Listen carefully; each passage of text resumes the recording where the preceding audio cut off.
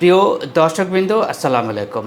আজকে আপনাদেরকে এই ভিডিও ক্লিপে স্বাগত জানাচ্ছি। নতুন যে বিষয়, ইন্ডাস্ট্রিয়াল রিলেশন আগের চেয়ে কেন গুরুত্বপূর্ণ, এই বিষয়ে আজকে কথা বলবো এবং আপনারা আশা করি যেভাবে সাবলীলভাবে বলে যাব ভিডিও শেষ পর্যন্ত সকলেই এই ভিডিও ক্লিপের সাথে থাকবেন এবং যারা প্রথম ভিউয়ার তারা অবশ্যই এই চ্যানেলকে সাবস্ক্রাইব করে নেবেন যাতে করে পরবর্তী নোটিফিকেশান সহজেই পেয়ে যান। এবং তার সাথে সাথে আরও অবগত করছি যে এই YouTube channel smart learning heritage, এই ইউটিউব চ্যানেলটি স্মার্ট কনসোর্টিয়ামের একটি অঙ্গ প্রতিষ্ঠান SLH, যা কিনা লার্নিং এবং অ্যাডভাইজারি ইনস্টিটিউট হিসাবে পরিচিত, এখান থেকে পরিচালিত হচ্ছে। তাহলে দর্শকবৃন্দ, আমরা আর বেশি কথা না বলে মূল কথায় চলে আসি। যে কথাটি বললাম যে ইন্ডাস্ট্রিয়াল রিলেশন আগের চেয়ে কেন বেশি গুরুত্বপূর্ণ, বেশ কিছু কারণ আছে। ইন্ডাস্ট্রির শুরু থেকেই অর্থাৎ যখন থেকে শিল্প বিপ্লব হয়েছে, শিল্পের কার্যক্রম শুরু হয়েছে, তখন থেকেই কিন্তু একটা রিলেশন, অর্থাৎ কাদের মধ্যে রিলেশন, শ্রমিক, মালিক এবং শ্রমিকদের প্রতিনিধি। সকল শ্রমিক একসাথে তো আর কথা বলতে পারেন না। সকল শ্রমিকের যে সকল নেতৃবৃন্দ থাকবেন, শ্রমিক প্রতিনিধি থাকবেন, তারা মালিক বা মালিক পক্ষের সাথে একটা সম্পর্ক সৃষ্টি করবেন। ইহাকেই বলা হচ্ছে ইন্ডাস্ট্রিয়াল রিলেশন। দর্শকবৃন্দ, এই যে সম্পর্ক, এটা কেমন হওয়া উচিত? এই সম্পর্ককে আরও দৃঢ়, আরও সুন্দরভাবে করার জন্য আইনের আলোকে বেশ কিছু বাধ্যবাধকতা দেওয়া হয়েছে। বাংলাদেশ শ্রম আইন অধ্যায় 13 এবং 14, দুটো অধ্যায় অত্যন্ত গুরুত্বপূর্ণ। এই 13 অধ্যায় যেখানে ট্রেড ইউনিয়নের গঠন, এর সাথে সাথে পিসি বা পার্টিসিপেশন কমিটির গঠন কিভাবে হবে, কোন প্রক্রিয়া হবে, কি কার্যক্রমের মাধ্যমে হবে, এ সকল জিনিসগুলো সুন্দর করে ব্যাখ্যা করা হয়েছে। যে সকল ছাত্রছাত্রীবৃন্দ এবং দর্শকবৃন্দ আরও বিশেষ বা বিশদ জ্ঞান অর্জন করতে চান, অবশ্যই এই শ্রম আইন 2006 এবং অ্যামেন্ডমেন্ট যেটি এসছে এটি সহ আপনাদেরকে বিস্তারিত জ্ঞান লব্ধ করতে হবে। এর সাথে সাথে অধ্যায় 14 চ্যাপ্টারে যেটি বলা হয়েছে যে যদি ডিসপিউট হয়েই যায়, বিরোধের কোনো অবস্থা সৃষ্টি হয়েই যায়, তাহলে এই বিরোধটা কিভাবে সম্পাদন করা হবে, শেষ করা হবে, যাকে বলা হচ্ছে ডিসপিউট রেজলিউশন। এর সাথে সাথে যে কারখানার ভিতরে যদি এই ডিসপিউট সম্পাদন করা সম্ভব না হয়, তাহলে স্বাভাবিকভাবে তৃতীয় পক্ষ, অর্থাৎ তৃতীয় পক্ষ বলতে কোনো শ্রমিক প্রতিনিধি, ফেডারেশন, সেটা হয়ে লেবার কোর্ট বা শ্রম আদালত পর্যন্ত গড়াতে পারে। সেই সকল কার্যাদি কিভাবে সম্পাদন করবেন, লেবার কোর্টে যাওয়ার পরে যে লেবার কোর্ট বা আদালতের মাধ্যমে যে রায়গুলো আসে সেটাকে আবার কিভাবে আপিল করবেন, যেটাকে বলা হচ্ছে লেবার আপিলের ট্রাইব্যুনালের মাধ্যমে, এই সকল কার্যাবলী এই 14 অধ্যায়ে বিস্তারিত আলোচনা করা হয়েছে।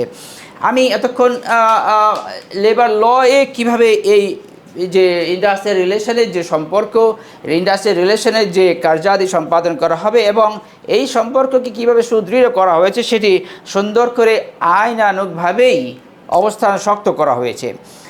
এরপর একটু বলি যে এই ইন্ডাস্ট্রিয়াল রিলেশন যে কথাটি বলেছি যে কেন আগের চেয়ে বেশি গুরুত্বপূর্ণ।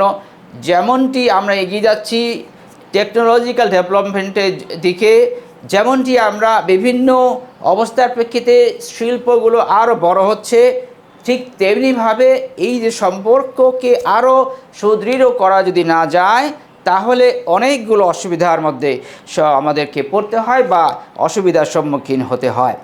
এর সাথে সাথে রয়েছে শ্রমিক অসন্তোষ, এবং শ্রমিক অসন্তোষ বাড়ছে, বিক্ষোভ বাড়ছে। আমরা জানি, কয়েকটি উদাহরণ দেই, যেমন 2023-24 সালে প্রায় 500 শ্রমিক আন্দোলন ঘটেছে। আমরা জানি বিলসের রিপোর্ট অনুযায়ী এই আশুলিয়া অঞ্চলগুলোতে, যেখানে বেতন ছাঁটাই এবং বোনাস ইত্যাদি এবং চাকরি নিরাপত্তা ইত্যাদির অভাবে এসব ঘটনাগুলো ঘটেছে, যেখানে আবারও বলি 500রও বেশি শ্রমিক আন্দোলন দর্শকবৃন্দ হয়েছে। এছাড়াও আরও গুরুত্বপূর্ণ এই ইন্ডাস্ট্রিয়াল রিলেশন কেন, কারণ আমরা জানি বাংলাদেশের অত্যন্ত বিখ্যাত যে এই রপ্তানিমুখী গার্মেন্টস শিল্প, এটি বিশ্বের দ্বিতীয় বৃহত্তম রপ্তানিকারক দেশ হিসেবে বিবেচিত হয়, বাংলাদেশকে বলা হয়। এবং আমরা জানি সেজন্য এই যে আন্তর্জাতিক ক্রেতা যারা রয়েছেন তারা নিশ্চিত করতে বাধ্য করেন, তারা বিভিন্ন সোশ্যাল কমপ্লায়েন্স এবং লেবার রাইটস এইগুলোর মাধ্যমে যাতে করে এখানে যে কারখানায় তারা কার্যাদেশ দিচ্ছেন সেখানে অবশ্যই এই যে ইন্ডাস্ট্রিয়াল রিলেশন, এই রিলেশনটি যেন অত্যন্ত সুদৃঢ় বা খুব ভালো হয়। আইআর খারাপ হলে অর্ডার বাতিল হয় বা শিপমেন্ট হবে না বা নতুন কোনো অর্ডার আসবে না। এর সাথে সাথে আপনাদেরকে আরও অবগত করছি দর্শকবৃন্দ যে যদি আইআর ভালো না থাকে বা অসম ইন্ডাস্ট্রিয়াল রিলেশন বা শ্রমিক মালিকের মধ্যে যে সম্পর্ক এটি খারাপ হওয়ার কারণে শ্রম আদালতে আমাদের তথ্য মোতাবেক প্রায় 17,000-এর বেশি মামলা ঝুলে আছে। এই যে শ্রম মন্ত্রণালয়ের যে সূত্র, সেই সূত্র থেকে আমি এই উপাত্তটি আপনাদের সামনে উপস্থাপন করছি। অধিকাংশ মামলার কী কারণে হয়ে আছে জানেন দর্শকবৃন্দ? সেটি হচ্ছে নিয়োগ, ছাঁটাই এবং লভ্যাংশ। অর্থাৎ আমরা জানি যে প্রফিটের একটি লভ্যাংশ শ্রমিকদের তহবিল এবং শ্রমিকদের মাঝে বিতরণ করার কথা, সেগুলো না করার কারণে হয়ে থাকে। এছাড়াও কারণ রয়েছে দর্শকবৃন্দ কেন ইন্ডাস্ট্রিয়াল রিলেশন আগের চেয়ে বেশি গুরুত্বপূর্ণ। টার্নওভার রেট, আমি অন্য একটি ভিডিও ক্লিপে এই এমপ্লয়ি টার্নওভার বা এমপ্লয়ি রিটেনশন নিয়ে বেশ কথাবার্তা বলেছি, সেটি দেখার আমন্ত্রণ জানিয়ে বলি যে এই turnover rate, labour turnover rate বেড়ে যাবে। যেখানে বলা হচ্ছে ইন্ডাস্ট্রির স্ট্যান্ডার্ড হচ্ছে টার্নওভার রেট বছরে 10 to 15%, সেটি বেড়ে যদি 30 to 35, 40%-এর দিকে চলে যায়, নিশ্চয়ই এটি কোনো ইন্ডাস্ট্রির জন্য কাম্য হবে না দর্শকবৃন্দ। আর সে কারণেই এই শক্ত ইন্ডাস্ট্রিয়াল রিলেশন অবশ্যই প্রয়োজন। শক্ত ইন্ডাস্ট্রিয়াল রিলেশন এর জন্য আমাদের কি কি করা উচিত একটু পরেই আমি বলতে যাচ্ছি। আশা করি এই ভিডিও ক্লিপের সাথে সবাই থাকবেন। এর একটি বড় কারণ আরেকটি হলো যে মালিক শ্রমিকের সম্পর্কের যে দুর্বলতা, সেটার কারণে এই টার্নওভার যেটি বেড়ে যাবে, সেটি একটু আগে আমি বলেছি। তাহলে ভালো আইআর যদি থাকে একটি প্রতিষ্ঠানে কি কি সুবিধা হতে পারে একটু আলোচনা করি সে বিষয়ে। উৎপাদন ব্যয় কমবে, শ্রমিকদের কাজের প্রতি মনোযোগ বাড়বে, প্রতিষ্ঠানের ভাবমূর্তি ভালো হবে, সবাই ভালো জানবে, কোম্পানি গুডউইল বৃদ্ধি পাবে, আন্তর্জাতিক অর্ডার বৃদ্ধি পাবে। এর সাথে সাথে শ্রম আদালতের মামলা কমে আসবে, কর্মী ধরে রাখা সহজ হবে। দর্শকবৃন্দ, এই যে সুবিধাগুলো আলোচনা করলাম, এটার সাথে সাথে এবার একটু বলি যে আসল যে গুরুত্বপূর্ণ কথাটি, সেটি হচ্ছে কিভাবে এই শক্ত ইন্ডাস্ট্রিয়াল রিলেশন বিরাজমান থাকবে।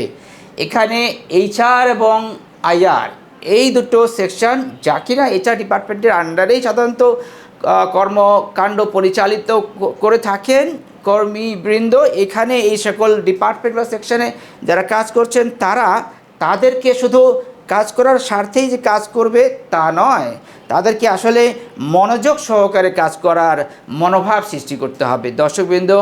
তাই সকল এইচআর এবং আইআর অফিসার কেবল নিয়ম মেনে কাজ করার দায়িত্বে নয়, বরং সমস্যা আগে বুঝে তা সমাধানের পথ খুঁজে বের করার দায়িত্বেও থাকবেন। অর্থাৎ এখানে বলা হচ্ছে don't be reactive manager, be proactive. অর্থাৎ কোনো ঘটনা ঘটে গেল, তার প্রেক্ষিতে সেই অবস্থাকে ম্যানেজ করব না, আগেই সমস্যা হতে পারে সেটাকে বের করব এবং বুঝবো এবং সমাধান আগেই করে নিব, সেটাকে বলা হচ্ছে প্রোঅ্যাক্টিভ, যে ডিসিশন মেকিং বা প্রোঅ্যাক্টিভ ম্যানেজার রোল প্লে করা। সেই কাজটি সকল এইচআর এবং আইআর অফিসারদের করতে হবে। অত্যন্ত শক্ত গ্রিভান্স হ্যান্ডলিং প্রসিডিউর জানতে হবে সকল আইআর এবং এইচআর অফিসারকে, এবং প্রতিষ্ঠানে এইচআর ডিপার্টমেন্টের নিয়ন্ত্রণে আইআর বিভাগ বা আইআর সেকশন করা উচিত, যেখানে অত্যন্ত শক্তভাবে গ্রিভান্স হ্যান্ডলিং প্রসিডিউরটা প্রতিষ্ঠিত থাকতে হবে। এর সাথে সাথে কমপ্লায়েন্স অডিট এবং এর যে নেগোসিয়েশন প্রক্রিয়ায় শ্রমিক এবং মালিকের যে কথাবার্তা, সেটার মাঝেই একটা নেগোসিয়েশনের যে ব্যাপারগুলো থাকে, সেটি অবশ্যই অত্যন্ত সুচারুভাবে করার জন্য অভিজ্ঞতা এবং দক্ষতা সকল এইচআর এবং আইআর অফিসারের থাকা উচিত দর্শকবৃন্দ।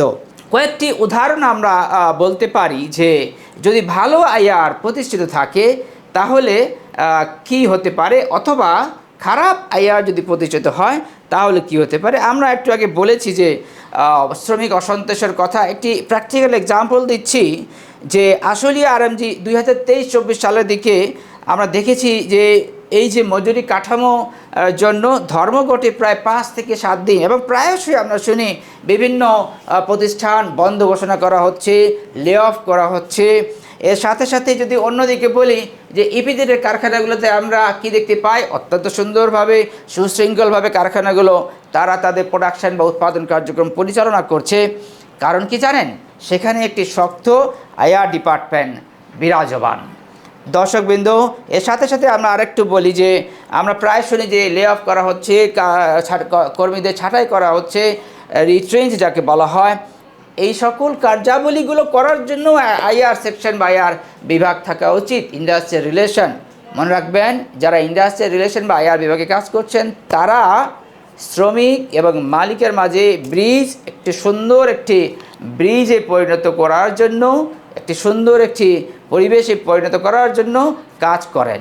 তাই সঠিক জ্ঞান এবং এই জ্ঞানের জন্য অবশ্যই প্রশিক্ষণ। আর সেজন্যই বলা হচ্ছে আমরা এই প্রতিষ্ঠান স্মার্ট কনসোর্টিয়ামের এই এসএলএইচ ইনস্টিটিউট থেকে এই সকল কার্যাবলী নিয়ে বিভিন্ন দক্ষতা উন্নয়নের জন্য প্রশিক্ষণের ব্যবস্থা করছি।